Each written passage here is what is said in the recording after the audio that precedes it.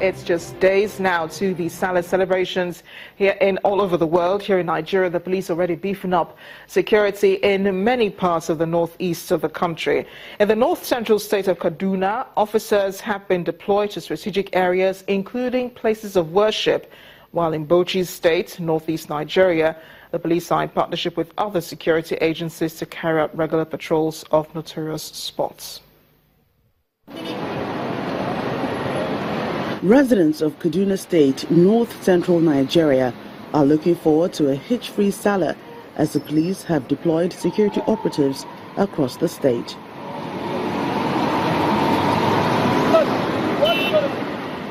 Uniformed policemen alongside undercover operatives are placed at places of worship and other strategic locations, while a special squad of mobile policemen will man the Abuja-Kaduna Expressway to ensure the safety of travelers. We want to assure the good people of Kaduna State of the readiness of the command to promptly respond to distress calls whenever there is need for that. And we are also ready to decisively deal with any person or group of persons who may in any way attempt to disrupt the peaceful atmosphere of the state.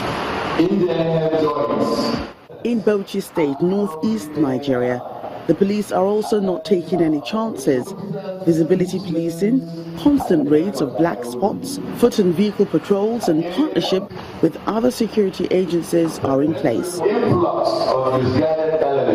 Already the State Police Command says it has arrested over 68 persons suspected of belonging to a gang of kidnappers. Snap operations were equally carried after coordinated technical intelligence in notorious criminal strongholds in Toro, Ganjua and the Ningi local government areas of the state. Remarkable success were recorded. Down south, members of the Cross River State Eminent People's Forum are appealing to the police to deploy more patrol vehicles across the state to check activities of suspected militants in the creeks. The aim of the forum is to interact with members of the public. We know their problems, we know where we are failing on our own duties, and we'll take adjustment. During the inauguration of the group in Calabar, the state capital, the State Police Commissioner gave an assurance that the command will do all it can to secure lives and property, but explains that the people still have a role to play to help curb violence. Several people have been killed, many more wounded in an explosion at a waste-burning site in Benin Republic. The blast happened yesterday as a crowd of people sifted through piles of expired food that had been dumped in Tori, a town just 40 kilometers northwest of the capital, Cotonou. In much of West Africa, safety standards and on industrial and waste management sites is poor. Ordinary rubbish is said to be dumped alongside electronic and toxic waste for flammable materials. And unlike in West Africa, where the only people on such sites are waste management staff, poverty forces the poorest to sift through others' waste in search of subsistence. Meanwhile, one person has been killed, 5 others injured when a light aircraft they were flying in on a tour over Lake Naivasha on Thursday crashed. The light airplane was flying across the lake some 104 kilometers northwest of the capital, Nairobi, in Kenya, when the accident occurred at around midday. A victim, a Polish national, was identified, but civil aviation authority investigators are still trying to establish the cause of the crash. Apart from the dead person, who was a woman, the other occupants were the Kenyan pilots and 4 passengers from Britain.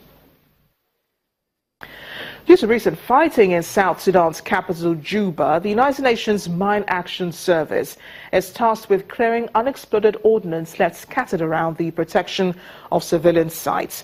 Fighting erupted in the capital for several days in July between troops loyal to President Salva Kiir and those backing former Vice President Riek Machar. It raised fears it could be a return to full-scale civil war in the world's newest nation. Heavy fighting involving tanks and helicopters erupted in Juba for several days in July between troops loyal to President Salva Kiir and those backing former Vice President Riek Machar, raising fears of a return to full-scale civil war in the world's newest nation. United Nations peacekeepers currently protect nearly 200,000 civilians at 6 sites around the country. Over the last couple of months, since July, there's been a lot of insecurity in this particular area. So we've been asked to come forward, clear the area, clear also the perimeter fence, which enables the force to be able to have oversight of the area and anybody coming into the POC sites. We've also identified a number of areas where they've been breaking through. They've broken through the fences, but also this area, because of the fighting, there is a possibility of a lot of UXO, unexploded ordnance, being in the area. However, as you can see, the vegetation is extremely high, so what we're having to do first is to clear the heavy vegetation with a view to following up behind and conducting proper clearance. That will either be through a surface methodology or through subsurface using detectors and so on. UN Mine Action Service is clearing an area of 100 meters by 50 meters along the perimeter fence of the protection of civilian site. Clearance operations are also being carried out in Bentiu, Malacca, Bo and Wau. Ghana's President John Mahama has opened a new offshore field which is set to add revenue needed to boost West Africa's flagging economy. All revenue is vital in Ghana, which battles to meet conditions set by a 3-year-old program with an international monetary fund that aims to bring down inflation and a budget deficit as well as stabilize the currency. Ghana began pumping crude from a second offshore field operated by British company Tullow Oil last month, hoping the additional revenue will boost its flagging economy.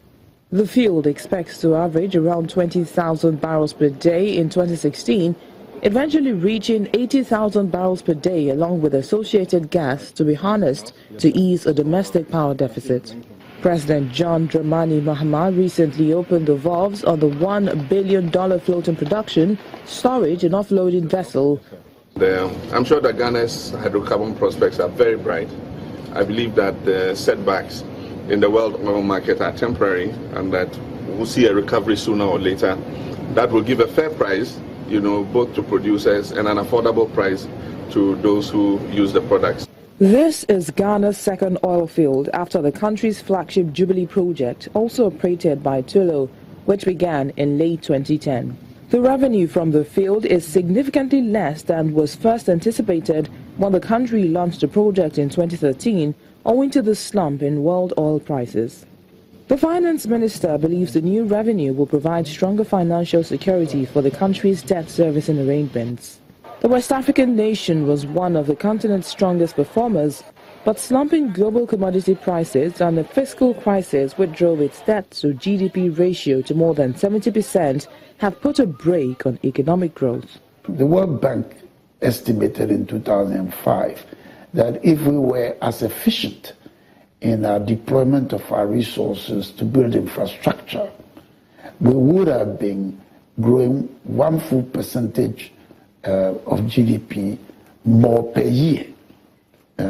So these are all pointers to the fact that all is not well with our use of resources, and some more that always is the case, but learning to conserve waste and people diverting our resources. So I think yes, if you get a 70% increase in your income, that clearly can be a boost. But I'm saying if you also add to that the efficiency with which you use your resources, it could look in turn like 200% and not just 70%. Oil revenue is vital as Ghana battles to meet conditions set by a 3-year aid program with the International Monetary Fund that aims to bring down inflation and the budget deficit as well as stabilize the cedi currency.